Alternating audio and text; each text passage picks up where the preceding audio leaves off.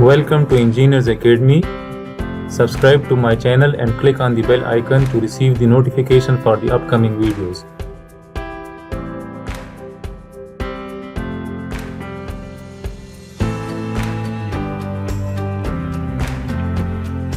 In today's lesson, we are going to learn the user-defined functions.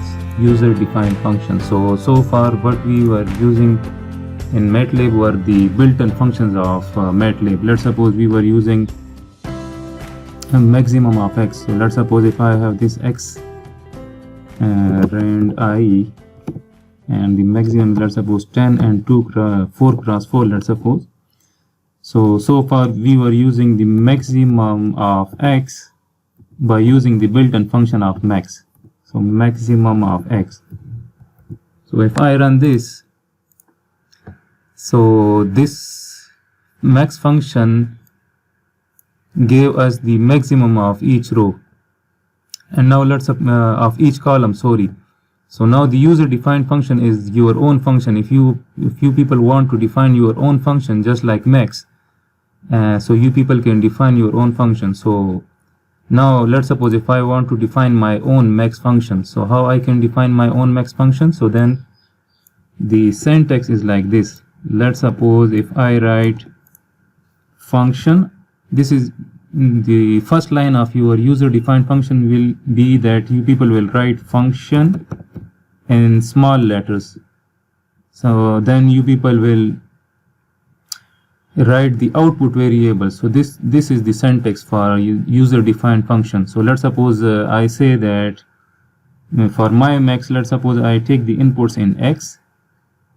Okay, so if the output is 1, so then there is no need to write the square brackets. If you people want to take out 2 outputs, so then you people will write the output variables like this in the square brackets. So now for this function I have only one output variable, so I will write x, and then I will write the name of my function. So let's suppose I want to have my max, so I will write my max function, or even I can write MAXX.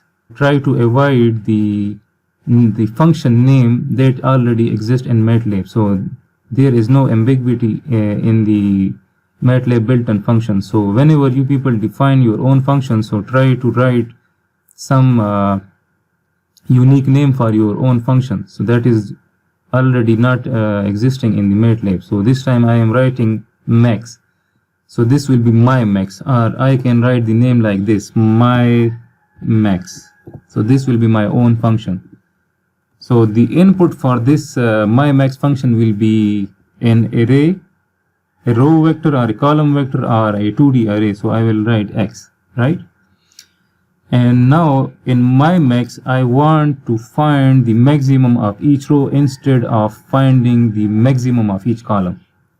The built-in function of maximum determines the maximum of each column, but my max will determine the maximum of each row. So how we can do it? So let's suppose I will write the x. This is the output. So I have defined that x will be the output. So I will write x, and then I will write maximum of x transpose.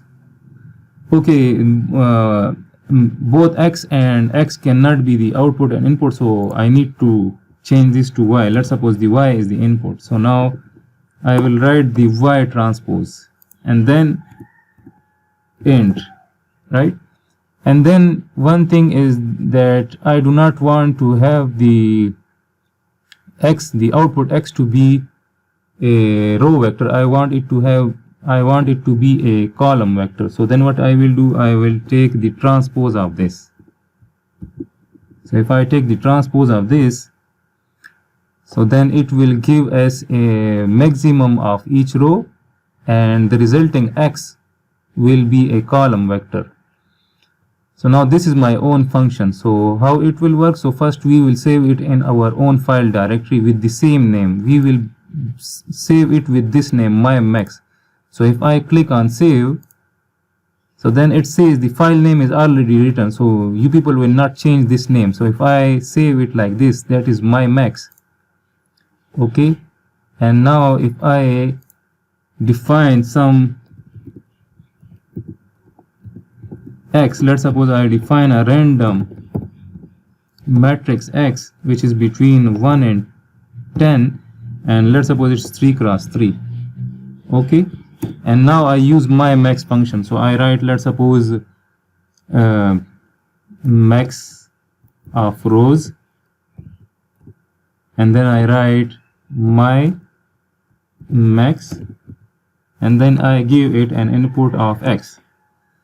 So now as you people see here, that here my output is in the function definition, is in the function script file, the output variable is x, but here I have the flexibility. Now I can store this x output in this my rows variable. So now it's flexible, that we can store the output of the function in any other variable name. So these variables, these x and y variables, are the variables known to functions. These are the local functions of the local variables of this function. We call it local variable. So only my max function knows that x and y, what are x and y. My function knows that y will be the input. Whatever we will write in the round brackets, so that will be y for this user defined function. So here whatever I write here, if it is a x, if it is, let's suppose, if I write, let's suppose t, and then if I write t, so for the function, for the defined function, this t is x. So this is the syntax of this user defined function. So function now knows that whatever is written in the round bracket, so it will be my input, and whatever is written on the left side of the assignment operator, so that will be the output, and I will give the result of x. So this is the beauty of using your own user defined function. So now if I apply this, if I run this, so as we can see that maximum of rows is 1099, and here we can see that x is also displayed. So why it is displayed? So then here we haven't suppressed this result, so I need to suppress this result, right? So now if I need to save it again. Every time you change your own user defined function, so you people must save it, otherwise the older function will work. So now if I run this again this will be a random. Let me display it on screen. So this is a random 3 by 3 matrix. So now if I run this, so here we can see that this is a random matrix, this is a random matrix, and the maximum of rows. So now it's our maximum. So the maximum of rows is this. In this row the maximum is 10, in this row the maximum is 10, and in this row the maximum is 7. Let's suppose I change this. Let's suppose I write until 20, and now I say it's a 4 cross 4, right? So if I run this, so now we can see that this is a 4 cross 4 random matrix, and the maximum of rows function has worked properly, and it gave us the maximum of row 1 is 15, the maximum of row 2 is 20, the maximum of row 3 is 18, and the maximum of row 4 is 17. So this is how we can use user defined function. So why is the need of user defined function? So if we want to do some operations again and again, if we want to repeat some instructions again and again, and the function for those operations is not existing in the MATLAB, so then we need to define our own user defined function. So you people can define as many functions as you can, and then you people can use it again and again. Let's suppose I define another function. So let's suppose I define a function for a circle. If I give it radius as an input, so it will give me the circumference of that circle. So let's suppose I want to save the circumference in, I write circumference, right? I write it complete circumference. So I will write circumference, so circumference will be the output.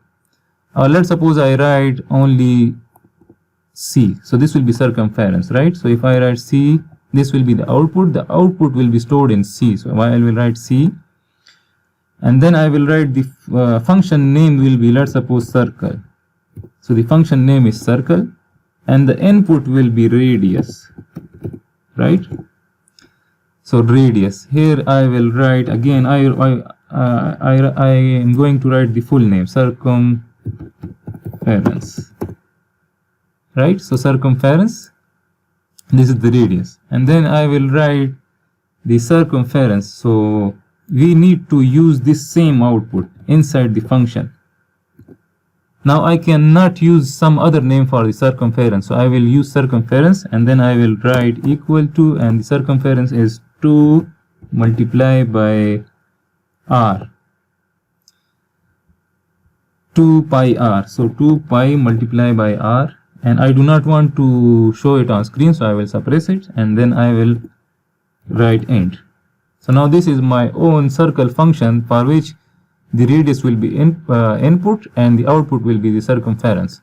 So now if I save it, so I will save it with the same name in my own directory. So if I save it, and now if I run it here, let's suppose if I run it here, let me comment this, and now if I write, let's suppose r radius is, let's suppose, 3, and now I write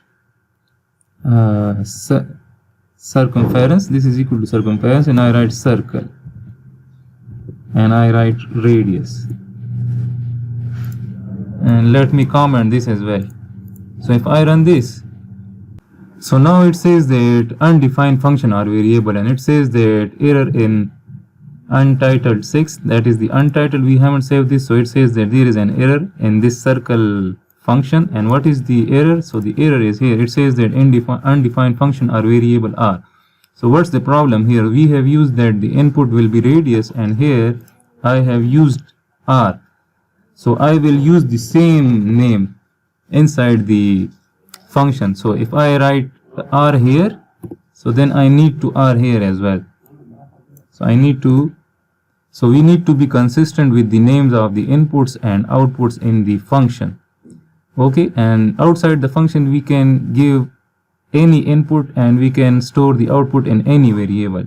So keep this in mind. So if I save this again, and now if I run this, so for radius 3, the circumference is 18.8496. So now let's suppose I can save it in t as well.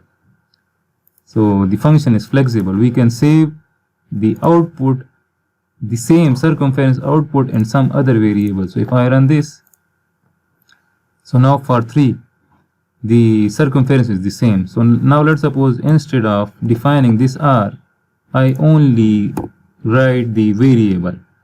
I write 6 here. So now if I run this, so now for 6 radius, the circumference is this.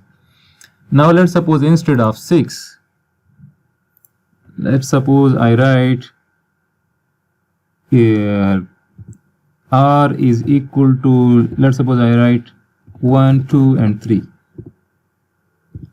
and here I write r. So now the input r is a row vector. So if I run this, so what we see that it has evaluated the circumference for each radius. So now the function is flexible and it can operate for any radius array, or if it's a row array, so it will give us, if it's a 1 cross 3 row vector, so it will give us the same output of the same order. So now let's suppose if I take the transpose of this, and if I run this again, so we see that the output is now, this is the 3 cross 1 matrix. Now the order of r is 3 cross 1, so the circumference, the result is also 3 cross 1.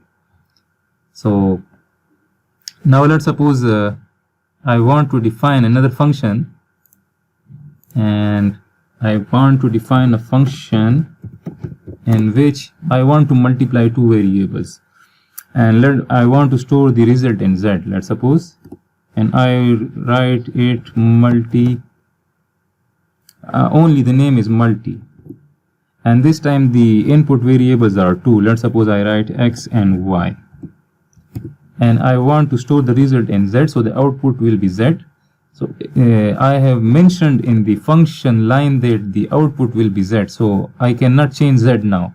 So if I change z, let's suppose if I write t, so then the function will give error. So we will use the same output variable name. So I will write z, and then I want to multiply these two inputs. So I will write x multiply y. The result will be stored in z. So now we will save this function with the same name. So if I save it, so this is a multi-function. So if I save it, now if I run it from here, so let me comment these and let me run. I want to store the result in, let's suppose, a, and I write multi and 2, 3, let's suppose. So now if I run this, so it gives me an answer of 6 in a. Now let's suppose if I want to multiply s, let's suppose this is s, 1, 2 and 3, and this, let's suppose this is t. T is, let's suppose, 4, 5 and 6. Now if I give these two row vectors as an input to this multi-function, now the inputs are s and t, and now if I run this, so it will give an error. Why? Because here in function we have used the only multiplication sign, and for the simple multiplication the order of both the matrices or the arrays are very important. So it's the simple multiplication. So for the simple multiplication, the number of columns of the x should be equal to the number of rows of y. So it says that error using this multiplication sign. So the criteria for simple matrix multiplication does not meet.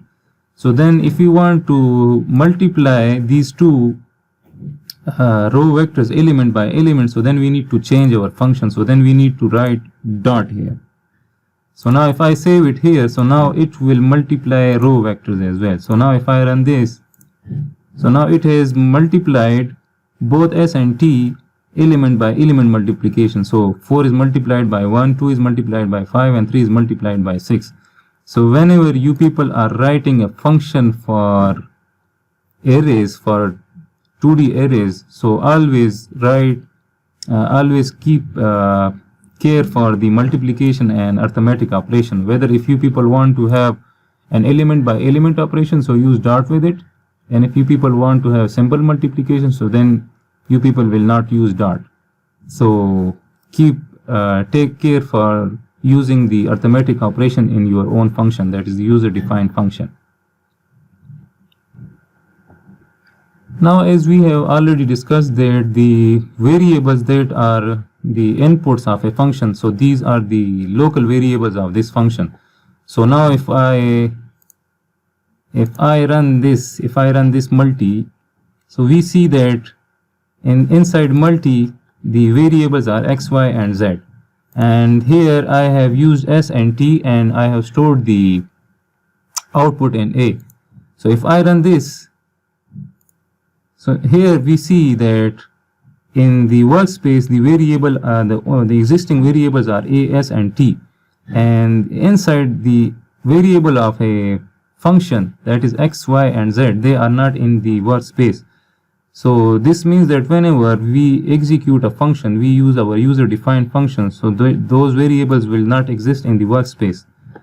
So this is the beauty of function. They do not use your memory.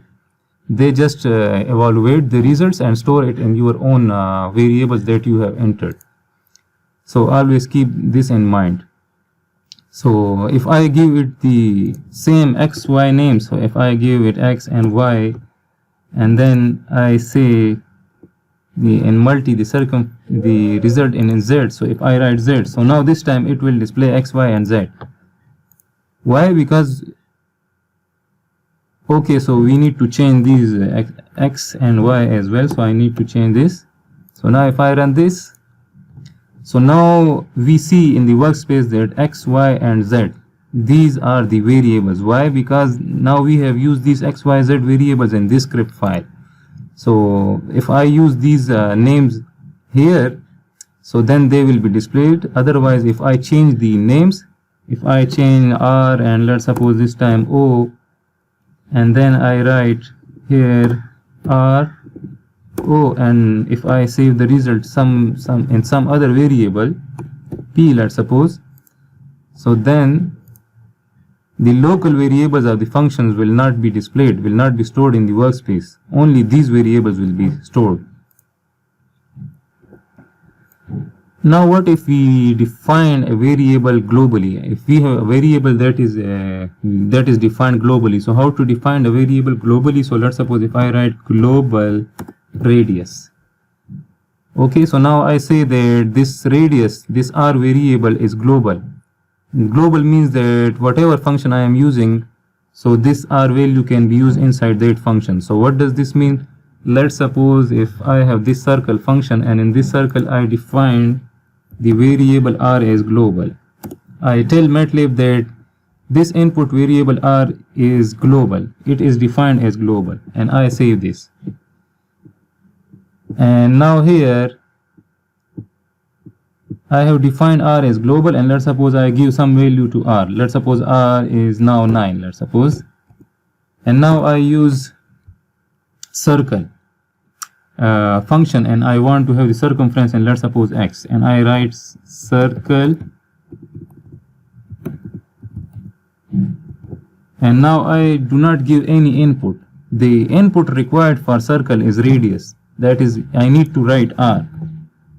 But if I do not write R, and now if I run, so it will work. So now we have defined the radius as global variable. So the function circle also know that the radius variable is global, right? So then it will automatically take R radius as an input. So the global command defines the variable globally, and then when we define a variable globally, so then it is available to the workspace, and then it is also available to the function that we are using. So if you people want to have a variable globally defined, and you people want to store that variable in your workspace, so always use global variable. Now in MATLAB we can take two or more outputs from a function as well. So let's suppose I define another new function. If I write a function and I want to have a function to find the surface area and volume of a cylinder. So let's suppose I want to have two outputs, so then I need to write square brackets, and then I will write the volume, and let's suppose I write surface area, and then the name of the function. So let's suppose I write my cylinder, my cylinder, my cylinder. I wrote my cylinder because the cylinder is the built-in function of MATLAB. So then we need to write another name. So I will write my cylinder, and then we will give it an input of radius. And there in the volume and surface area we need the height variable as well, but we will define the height variable globally. So let me define the variable height as global. So I will write global height. So now I want to write the formula for volume. So I will write volume, and for volume the formula is pi r square h, r square multiplied by h. Right? So here we see that the h is a global variable, so the color of this h is changed. It's not blue and it's not black, it's somewhat magenta color. So here also we see that MATLAB identifies that this h variable is globally defined. So now if I write surface area is equal to 2 multiplied by pi multiplied by r, and now multiply by h, and I am using element by element multiplication. Why? If we input the radius and height as an array, so then it should work. So if you want to have this user function, if you people want to have your function also work for the arrays as well, so then you people need to write element by element operation. and then at the end I will write end. So this will end the function. So now I will save this function, my function. So I will save it as my cylinder, and then let me copy this.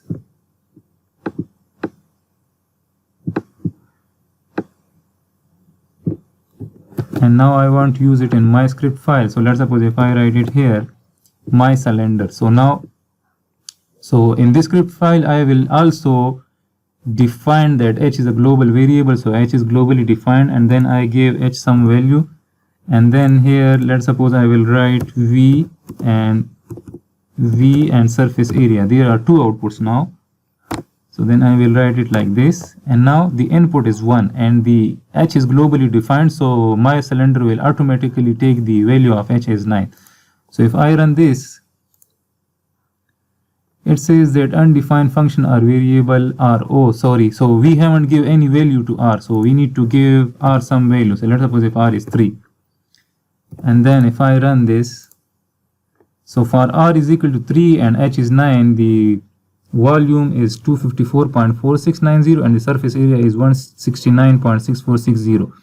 So now if you want to change the value of h, so it is globally defined, so we can change it from here as well. So we can access that h which is inside the my cylinder function from my script file. So this is the another benefit of defining a variable as a global. So now we can change the h value from here. So now if I run this, so we see that the volume and surface area changes. Now let's suppose instead of writing these two output variables, let's suppose I write some VA, and now if I run it, so in the my cylinder function we have defined that it will give two output variables, but in my script file if I want to store the result in one variable, so what will be the output? So let me run this. So only the volume, it gives the value of the first instruction, that is the first variable. So if we use one variable to extract the output of this my cylinder and it has two outputs, so then only it will give us the answer for first variable. So then we will not be able to get the surface area from this my cylinder function, right? So if you people want to have only the volume, so then use only one variable. If you people want to have two outputs from this my cylinder function, so then use two variables. So let's suppose if I write d this time.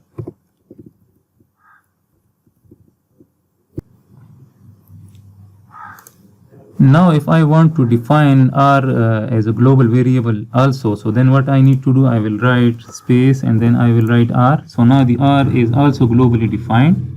Right, let me delete these. So now we have globally defined h and r, so then we need to define it in the cylinder function as well. So then I will write r here as well, and then I do not need to write as an input here, so then I need to remove it. So now the my cylinder function knows that h and r variable are globally defined, so my cylinder will pick those from the script file in which we will be working. So let me save this, and now these h and r are globally defined, and then I do not need to enter it here.